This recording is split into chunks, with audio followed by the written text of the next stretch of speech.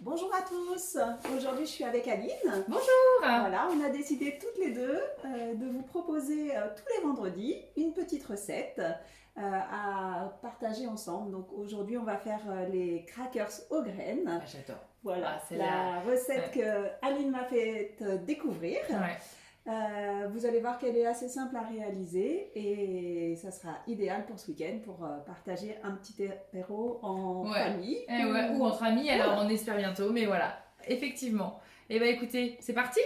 Allez, Alors, les crackers aux graines, donc c'est vraiment une recette qu'on vous recommande et que vous trouvez sur Cookidoo.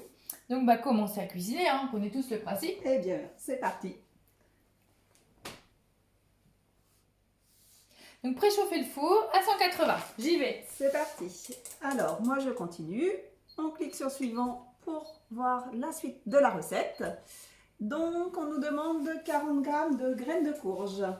Les graines de courge, on y va. Suivant, on connaît tous le principe. Donc là, ils nous disent d'insérer le couvercle et le gobelet doseur.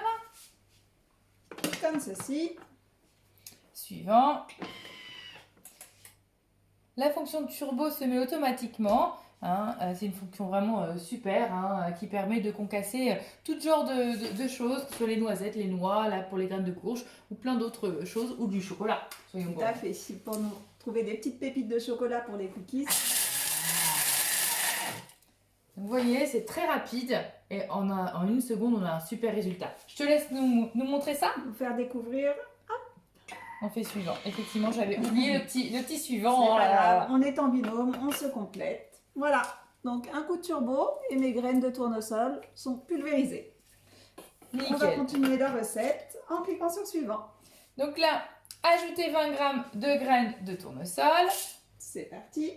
Suivant, 20 g de graines de sésame doré. Suivant, 10 g de graines de pavot. On a tout préparé. Alors oui, alors pour le bien, hein, mais c'est vrai que le Thermomix, vous pouvez peser au fur et à mesure. Hein, vous savez qu'il y a une super balance qui est précise à 1 g près, donc là c'est top. Ajoutez donc 140 g de farine de petite épeautre ou de blé semi-complète. On a choisi aujourd'hui, nous, De la semi-complète. de la semi-complète. Alors je t'en prie.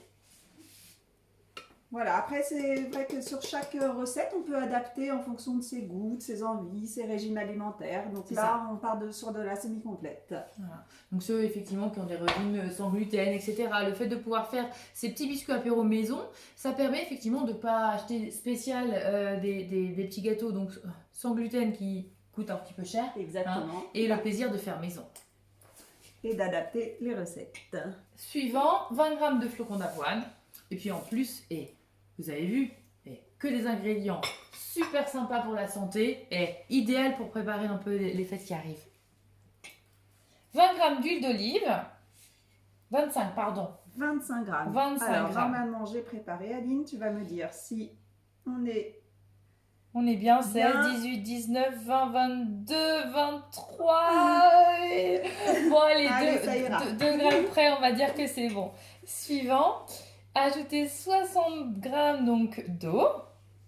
Ah, c'est vrai que là, on a pesé, mais hop.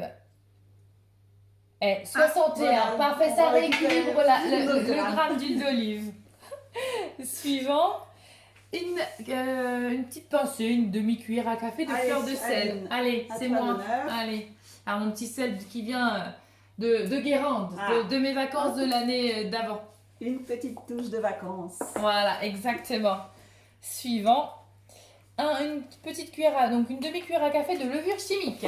C'est parti. Et voilà. Suivant. Et là, insérez le couvercle et le gobelet doseur. Donc, comme tout à l'heure, on repositionne. Ça, c'est vrai que c'est simple, il se verrouille tout seul. Suivant. Et là, c'est parti pour 30 secondes, vitesse pétrin. On tourne, c'est parti. C'est parti. Alors, 30 secondes, vous avez vu, on a tout mis dedans. C'est génial. Et c'est lui qui travaille. Donc, On est là. pendant ce temps-là, on va On est là. pouvoir ranger sa ranger. cuisine. Un petit peu Exactement. propre. On commence à préparer sa petite plaque pour J'y tout vais. à l'heure. J'y vais. Pour la suite de la recette où ils vont nous demander d'étaler la pâte et de la préparer pour pour les façonner. Exactement, c'est tout à fait ça. Et là, c'est vrai que cette fonction pétrin permet que ça tourne dans un sens et dans un autre et c'est super efficace. Voilà, on va vous montrer le résultat. Il nous appelle, il nous appelle. Et voilà. Donc on va pouvoir l'étaler.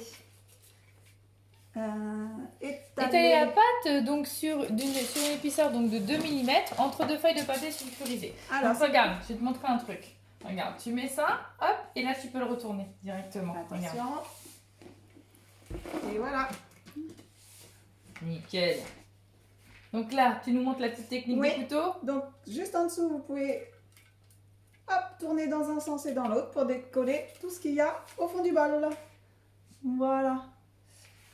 Donc Hop là. après, Ah, c'est il existe un mode nettoyage que l'on peut faire en cours de recette. C'est-à-dire que pendant que Aline va nous préparer sa petite pâte à étaler, moi pendant ce temps-là, je vais sortir de ma recette et je vais aller vous montrer le mode nettoyage que l'on retrouve juste ici. Donc là, il va vous dire les instructions pour pouvoir nettoyer votre bol facilement. Donc il nous demande de mettre 1 litre d'eau dedans. Hop. Alors moi pendant ce temps-là, je vous montre, vous avez vu, j'ai mis une feuille de silicone, puis j'ai mis une feuille de papier sulfurisé, comme ça je vais étaler et ça va éviter de salir mon rouleau à pâtisserie. Voilà, Et puis un peu d'huile de coude. au boulot. Donc mon bol rempli d'eau avec sa petite goutte de liquide vaisselle. Je referme mon bol et là je dis que c'est ok, je suis prête pour le mode lavage. Voilà. Donc on revient sur la pâte. Voilà, donc faite là par Aline. ça glissait un peu, donc moi j'aime beaucoup utiliser pour la première couche du silicone, d'une feuille de silicone, parce que du coup ça glisse pas et c'est plutôt agréable. Le papier sulfurisé a tendance à glisser un peu. Donc hop, et puis voilà, hop, j'ai ici une belle pâte de crackers.